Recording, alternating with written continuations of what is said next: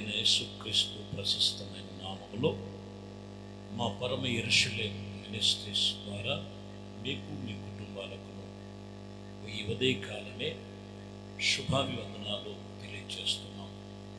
పరిశుద్ధ గ్రంథములో దేవుని వాక్యాన్ని మనం ధ్యానించుకుందాం.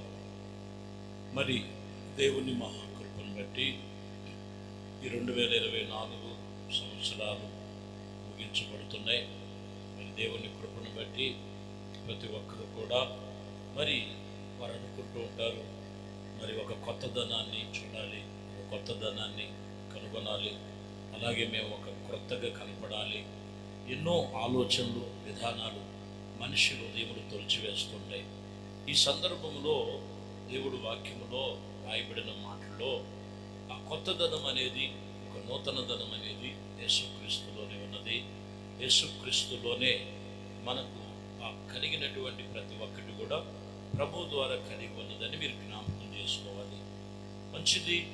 ఈరోజు మనము ప్రత్యేకముగా నిర్గమకాండము 33వ అధ్యాయం 32వ వచనం, నా మహిమ నిన్ను దాటి వెళ్ళుచూ ఉండగా ఆ బండ సందులలో ఉంచి నిన్ను దాటి వెళ్ళు వరకు నా చేతితో నిన్ను కప్పెదను. ఈ పూట వాక్యములో వాస్తవానికి మోషే సేనే పర్వతం మీద ప్రభు మాట్లాడుతూ, ఇదిగో నేను నిన్ను దాటి వెళుతూ ఉండగా నీవు బండ సందులలో నిన్ను దాటి వెళ్ళే వరకు నా చెయ్యి నిన్ను కప్పాను. ఈ పూట వాక్యములో ఈ సంవత్సరపు చివరి దినాలలో ప్రతి ఒక్కరితో ప్రభు మాట్లాడుతున్నమాట. గడిచిన జనవరి ప్రారంభం నుంచి ఈ డిసెంబర్ ఇప్పటి వరకు కూడా ప్రభు నిన్ను అనేకమైన శ్రమలలో, ఇబ్బందుల్లో, ఇరుకుల్లో సంతోషముతో, సమాధానముతో అన్ని వేళల నిన్ను, నీ కుటుంబాన్ని ఆయన చేతులతో కప్పాను. ఆయన చేతులతో నిన్ను కప్పాను. ఇక్కడ మీరు గమనించినట్లయితే నా చేతితో నిన్ను కప్పెదను, నా చేతితో నిన్ను కప్పెదను. నిజమే. ఈరోజు ఎంతో మనకన్నా గనులైన వారు, గొప్పవారు ఎంతోమంది కాలగర్భంలో కలిసిపోయారు, లోకమునకు దూరం అయిపోయారు. దేవుడు వాక్యం ఏం చెప్తుందంటే, ఆయన సన్నిధిలో మనల్ని ఈ రోజు వరకు కూడా ఆయన చేతి నీడలో మనల్ని కప్పెను, ఆయన చేతి నీడలో మనల్ని కప్పెను అనేది స్వచ్ఛమైన మాట, ఈరోజు మనకి బోధిస్తున్నటువంటి మాట. యెషయా గ్రంథంలో 51వ అధ్యాయము 16వ వచనాన్ని చదువుతుంది. నేను ఆకాశమును స్థాపించినట్లు, భూమికి పునాదులను వేసినట్లు నా జనులు నీవేళ సియోనుతో అని చెప్పాను. నా నోట నా మాట ఉంచి నా చేతి నీడలో నిన్ను కప్పెదను. ఎవరి దేవుని మాట వారి నోట ఉంచుదరో వారిని కప్పెదను. ఈరోజు యేసుక్రీస్తు చేతి నీడలోనే ఉండాలంటే ప్రభు ఆయన మాట సెలవిస్తున్నాడు. సియోను అనగా దేవుని సన్నిధి సంఘం.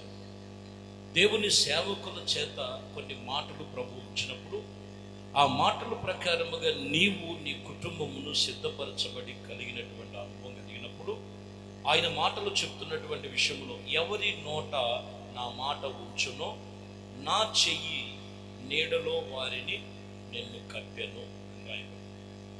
ఒకటి, నా చేతితో నిన్ను కప్పెదను అని చెప్పినటువంటి ప్రభువైన యేసుక్రీస్తు ఎవరి హృదయంలో దేవుని వాక్యం, ఎవరి నోట వారి దేవుని మాటల ప్రకారం స్తుతిగానాలు చేస్తూ, స్తుతి యాగం చెల్లిస్తూ నిత్యము దేవునితో గడిపి ప్రార్థనలో దేవునితో నిబంధన చేసుకున్నప్పుడు, ఇదిగో వారి నోట నా మాట ఉన్నప్పుడు ఖచ్చితంగా నేను వారిని నా చేతులతో కప్పెదను అని చెప్తున్నమాట. చూద్దాం. మనం గమనిస్తే పేతురు రాసినటువంటి 1 పేతురు పత్రికలో మనం రాయబడిన మాటలో 5వ అధ్యాయము 7వ వచనం, ఆయన మిమ్మల్ని గురించి చింతించుచున్నాడు కనుక మీ చింత యావత్తు ఆయన మీద వేయుడి. ఇక్కడ మీరు గమనించినట్లయితే మిమ్మల్ని గురించి ప్రభు చింతిస్తున్నాడు. హెచ్చరిస్తున్నాడు. మీ చింత యావత్తు ప్రభు మీద వేయండి. ప్రభు నొద్దకు రా, ప్రభు ఎద్దుకు వచ్చి. కానీ కొంతమంది ప్రభుకు దూరం అయిపోయి సంవత్సరం ప్రారంభంలో కనపడిన వాళ్ళు భక్తి జీవితంలో, సంవత్సరం ముగింపులో కూడా కొన్నిసార్లు భక్తి జీవితంలో ఉండవు. ప్రభువులకు దూరం అయిపోయి, ప్రభు సన్నిధికి దూరం అయిపోయి వాక్యం చెప్తున్నటువంటి మాటలు మీరు గమనించినట్లయితే ప్రియమైన దేవుని బిడ్డలారా, ఇదిగో రాయబడిన మాటలో ఎంతో మంది యేసయ్యను కాదని లోకములో ఎన్నో విధాలుగా చింతిస్తుంటారు. కానీ ఇక్కడ ఏమి చెప్తున్నాడంటే, నీ చింత యావత్తు నా మీద వేయి. నీ గురించి ప్రభు చింతిస్తున్నాడు. నువ్వు నా వైపు మరలినట్లయితే, నీ హృదయంలో నాకు చోటించినట్లయితే, నా మాట నీ నోట ఉన్నట్లయితే నేను కప్పెదను కదా. నువ్వు చింతించి దేవునికి దూరం అయిపోతే కింద వచనంలో మనం చదువుతుంటాం, నిబ్బరమైన బుద్ధి గలవారమై మెలకువగా ఉండుడి. నిబ్బరమైన బుద్ధి గలవారమై మెలకువగా ఉండుడి. నీ విరోధి అయిన అపవాది గద్దించు సింహం వలె ఎవరిని మింగుదమా అని వెతుకులాడుతూ తిరుగులాడుతూ. ఈరోజు నిబ్బరమైన బుద్ధి, నిబ్బరమైనటువంటి ఆలోచన విధానం లోకములో లేదండి.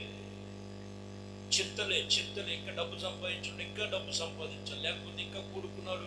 ఇంకా ఈరోజు మనం గమనించినట్లయితే చాలా జాగ్రత్తగా గమనించాలి. ఎటువంటి చింత అయినా సరే, కొందరికి ఆరోగ్యం లేదు, కొందరికి క్షేమము లేదు, కొందరికి సుఖము లేదు, కొందరికి నెమ్మది లేదు. ఎటుపోయినను శ్రమయే సంభవించుచున్నదని బైబిల్ చెప్తున్నమాట. కాబట్టి ప్రియులారా, ఈ సంవత్సరము చివరిలోకి వచ్చి ఉన్నాం. దేవుడు ఆయన చేతితో నిన్ను క్రప్పబడిన అనుభవంలో ఉండాలంటే నీ చింత యావత్తు ఆయన మీద వేయండి. లేని ఎడల మీరు మెలకువగా లేకపోతే, ఆత్మ సంబంధమైన మెలకువ లేకపోతే, అపవాదైన సాతానుడు ఎవరిని మింగుదమని భూమి మీద తిరుగులాడుతున్నాడు. ఇదిగో ఫలానా అనేది కాదండి. దేవుడు కాపుదల ఎవరికి ఉండదో వాళ్ళ మీద విరుచుకుపడి కుటుంబాన్ని పతనం చేసి సాతానుడు పలుమార్లు నానా విధముగా వారిని రకరకాలుగా మోసపుచ్చుచున్నాడు. యేసుక్రీస్తు ముందు మీరు చింత కలిగి మీ చింత యావత్తు ప్రభు మీద వేయండి. అప్పుడు ఆయన నిన్నో అన్ని విషయంలో ఆయన కలుపుతాడని వాక్యం చెబుతున్నటువంటి మాట. ఆయన స్వయస్తాలతో నిన్ను కప్పును. కీర్తన గ్రంథములో 44వ కీర్తన 19వ వచనం, 44 మరి 19లో మనం చదివితే, బహుగా నొప్పించుచున్నటువంటి గాఢాంధకారపు చేత మిమ్మల్ని కప్పును. ఏం కప్పుతుందంట? ఏం కమ్ముకుంది కొంతమంది జీవితంలో? గాఢాంధకారపు చేత మిమ్మల్ని కప్పును. దేవుని మాట వినండి. గాఢాంధకారము అనగా కొన్ని పరిస్థితులు చిక్కుకొని నానా విధముగా ఈ ఇయర్ ఆఖరిలో ఒకవేళ వాక్యం వింటున్నావేమో, వాక్యం చెప్తున్నటువంటి మాట, లోకములో గాఢాంధకారం అనేటువంటి మాటకు సూచన ఏంటంటే శ్రమల గుండా, నానా ఇబ్బందుల గుండా, కొన్ని చిక్కు సమస్యలు. అందుకనే పరిశుద్ధ గ్రంథం చెప్తున్నటువంటి మాట, గాఢాంధకారపు లోయలలో మేము సంచరించిన ఏ అపాయమునకు నేను భయపడను. నీ దుడ్డుకర నాకు దండమై నన్ను ఆదరించును. ఇదిగో నా బ్రతుకు దినములన్నీ కృపాక్షేమములు వెంట వచ్చునని దావీదు చెప్తున్నాడు. దేవుడు చేతిలో నువ్వు కప్పబడాలి కానీ గాఢాంధకారపు చీకటిలో కాదని, శ్రమల గుండా కాదు, కష్టముల గుండా కాదు. ఆయన కాదని లోకములోకి వెళ్ళిపోతే గాఢాంధకారపు చీకటి కొంతమందికి కమ్ముకొని ఉన్నది, కప్పబడి ఉన్నదని వాక్యం చెప్తున్న మాట. రెండో విషయాన్ని మనం చూద్దాం. కీర్తన గ్రంథంలోనే 89వ అధ్యాయము 45వ వచనంలో మనం చదువుతున్నాం. సిగ్గుతో తమను కప్పుకొని ఉన్నారు. ఇక్కడ మీరు గమనించినట్లయితే సిగ్గు వారి మీద కప్పుకొని ఉన్నది. ఎందువలన సిగ్గు అని అంటే చూడండి, కొన్నిసార్లు మీరు చూస్తే మాకేముందండి సిగ్గు అని కొన్ని విషయాలు కొందరు అనుకుంటుంటారు.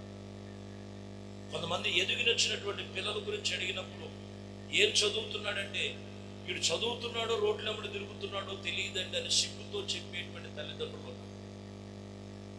ఈడొచ్చిన పిల్లలు ఎలా ఉంటారంటే, మీ పిల్లలు అంటే మాతో బాగున్నారని కాదండి, పిల్లలు తల్లిదండ్రులు మాటలు వినలేక ఆ పిల్లల గురించి తల్లిదండ్రులు సిగ్గుతో తలదించుకునే పరిస్థితి. పైకి కనిపించినట్లుగా కనిపించే కుటుంబాలుంటే తన భర్త కొరకు భార్య చెప్పుకోలేనటువంటి కొన్ని సిగ్గు కలిగినటువంటి పరిస్థితి. భార్య గురించి భర్త చెప్పుకోలేనటువంటిది. ఈ రోజు మనం చూస్తే లోకములో ఇదిగో అపవాదైన సాతానుడి వలన ఏం కలిగి ఉన్నదంటే అనేకమైనటువంటి విషయంలో వారి ముఖము సిగ్గుతో తలదించుకునే పరిస్థితి. కానీ ఈ సమయంలో బైబిల్ ఏం చెప్తుందో తెలుసండి, దేవుని యందు భయభక్తులు కలిగిన వాడు వారి ముఖములు ఎన్నడూ ఇంకా లజ్జింపకపోదు, అంటే సిగ్గుతో తలదించుకోరు. వాక్యం చెప్తున్నమాట. కొందరికేమో గాఢాంధకారం చిక్కుకొని కమ్ముకొని ఉన్నది, కప్పబడి ఉన్నది. కొందరికేమో సిగ్గుతో తలదించుకునే పరిస్థితి, అనారోగ్య పరిస్థితి, చెప్పుకోలేని బాధలు. ఈరోజు వాటి నుంచి ప్రభు చెప్తున్న మాట, నా చేతితో నిన్ను కప్పెదను, నా చేతి రెక్కల నీడలో, ఆయన చేతి రెక్కల నీడలో నీకు ఆరోగ్యము కలుగును కాక. మరొక మాట చూద్దామండి. సామెతల గ్రంథం 24:31 ఇదిగో నీ ఎదుట ముళ్ళ తుప్పలు మొలిసి ఉండి తోలగుండి దాని కప్పెను అని రాయబడి. ఏం కప్పి ఉన్నదంట? ఒకటేమో ముళ్ళ తుప్పలు, రెండోదేమో తోలగుండి అని. అంటే అర్థమైందండి, ఇది కప్పెను. కొన్ని చూడండి, ఆనందపురముగా ఉండవలసిన జీవితం, ఆనంద గృహముగా ఉండవలసిన జీవితం, అందులో ఏమి మొలిసి ఉన్నాయంటే పలు రాకాశ చెట్టు, గచ్చపొద, ముళ్ళపొద, తోలకుండ కమ్ముకున్నట్లుగా రాయి. ఈరోజు వాక్యం చెప్తున్నటువంటి మాట, కొందరు హృదయములో అటువంటి సంతోషము లేదు. ఎన్నో విచారాలు ఉన్నాయి, అవి కమ్ముకొని ఉన్నాయి. యేసుక్రీస్తు రెక్కల నీళ్ళలో మీరు కప్పుకొని ఉండాలి, కప్పబడి ఉండాలి. ఈరోజు వాక్యం చెప్తున్న మాట, నా చేతితో నిన్ను కప్పెదను. చీకటి కప్పకూడదు, సిగ్గు కప్పుకోకూడదు. పరిస్థితులను బట్టి సిగ్గు కప్పబడి ఉన్నది. మూడవదిగా మనం గమనించినట్లయితే తోలకుండా కప్పినట్లుగా, ముళ్ళు కప్పినట్లుగా కొందరి జీవితంలో ఎన్నో విచారాలు కప్పబడి. నాలుగో విషయం మనం చూద్దాం. యోనా గ్రంథము 2:3 చదివితే, నీవు నన్ను అగాధమైన సముద్ర గర్భములో పడవేసి ఉన్నావు, ప్రవాహము నన్ను చుట్టుకొని ఉన్నవి. ఇక్కడ మనం గమనించినట్లయితే ప్రవాహము చుట్టుకొని ఉన్నవి, తరంగములు నన్ను కమ్ముకొని ఉన్నవి అని చెప్తున్నాడు. వాస్తవానికి అంత పరిస్థితులు దేవుడు కలుగజేశాడు.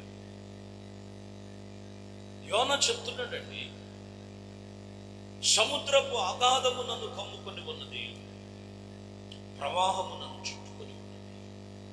ఒక మనిషికి అంత దీన స్థితి రావడానికి కారణం ఏంటంటే, ఈయనెవరు? ఒక చిన్న ప్రవర్త. ఈ చిన్న ప్రవర్త అంత భయంకరమైన పరిస్థితుల్లోనికి రావడానికి కారణం ఏంటి? వాస్తవానికి భయంకరమైన పరిస్థితులు తప్పించే పరిస్థితి ఈయన అనుకుంటున్నాడు. కొంతమంది జీవితంలో అంతే, యేసు ప్రభు వారు చెప్పింది చేయదు, ఆయన నడుచుకోమన్న రీతిగా నడుచుకోరు, వారు చెప్పినట్లుగా ప్రవర్తించరు. ఇక్కడ ఈ మనిషి కూడా అలాగే చెప్పారు. ఆయన నినివే పట్టణానికి వెళ్ళి సువార్త ప్రకటించు, అక్కడ పాపం ఎక్కువైపోయింది, అక్కడ ప్రకటన చేయి, అక్కడ ఉన్న వారందరూ కూడా చెప్పు అని చెప్పినప్పుడు నినివేకి వెళ్ళకోకుండా తర్షీషుకు వెళ్ళి వాడెక్కాడు. దేవునికి విరోధమైనటువంటి పనులు. తత్ఫలితం ఏమైందంటే 3 రోజులు కూడా చాప కడుపులో ఉండటానికి, అది కూడా ప్రభు ఆజ్ఞ ప్రకారం తప్పించే పరిస్థితులవి. కానీ ఈయన అనుకుంటున్నాడు, ఏమై ఉన్నదంటే కొంతమంది అగాధము సముద్రము కమ్ముకున్నట్లుగా, జలప్రవాహం చుట్టుకున్నట్లుగా. ఈరోజు చాలా మంది జీవితంలో కొందరిని ఏం కమ్ముకున్నాయంటే అగాధము కమ్ముకున్నాయి. సముద్రము యొక్క కమ్ముకున్నట్లుగా అంటే ఎన్నో శ్రమలు. ఆ శ్రమలకు సూచన ఏంటో తెలుసా?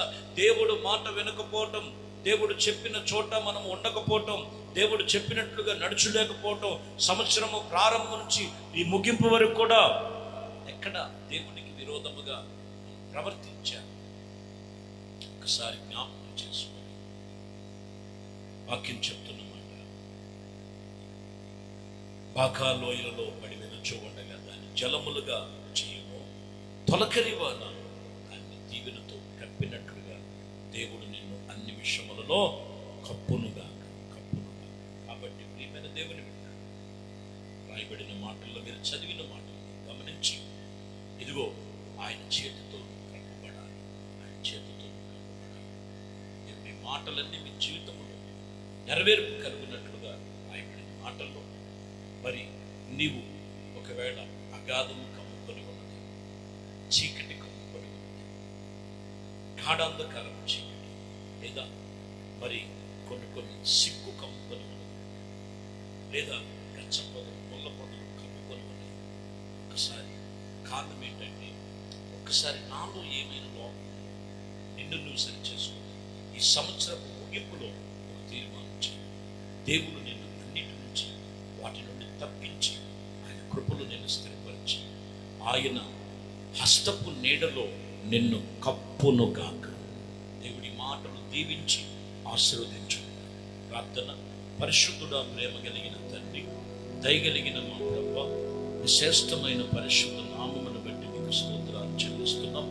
మీ కృపా దయా సంకల్పమును బట్టి ఇదిగోనైనా మీ చేతి నీడలో ఈ డిసెంబర్ నెల వరకు కూడా మమ్మల్ని కాచి కప్పి భద్రపరచు. ఈ వాక్యం విన్న మీ బిడలో ఇంకా ఎక్కడైనా చీకటి ఉందేమో, ఇంకా ఎక్కడైనా సిగ్గుతో కప్పబడినట్లుగా, ఎక్కడైనాను అయ్యా మరి ఐవిక విచారాలతో కప్పబడినట్లుగా, ఎక్కడైనాను కొన్ని అగాధము కప్పబడినట్లుగా ఉంటే వాటి నుంచి తొలగించి మీ హస్తము చాపి ఆ స్థితిలో నుంచి లేవనెత్తండి. ఆ పరిస్థితులు సరిచేసి నూతన సంవత్సరంలో అడుగు పెట్టక మునిపే ఇప్పుడే తీర్మానం చేసుకుంటున్న వారి జీవితాల్లో నూతన కృపలు భద్రపరచమని యేసుక్రీస్తు నామములో ప్రార్థించి వేడుకొనుచున్నాము తండ్రి. ఆమేన్. ప్రభు మిమ్మల్ని దీవించి ఆయన హస్తపు నీడలో నిలిచి ఫలించుదురుగాక. ఆమేన్.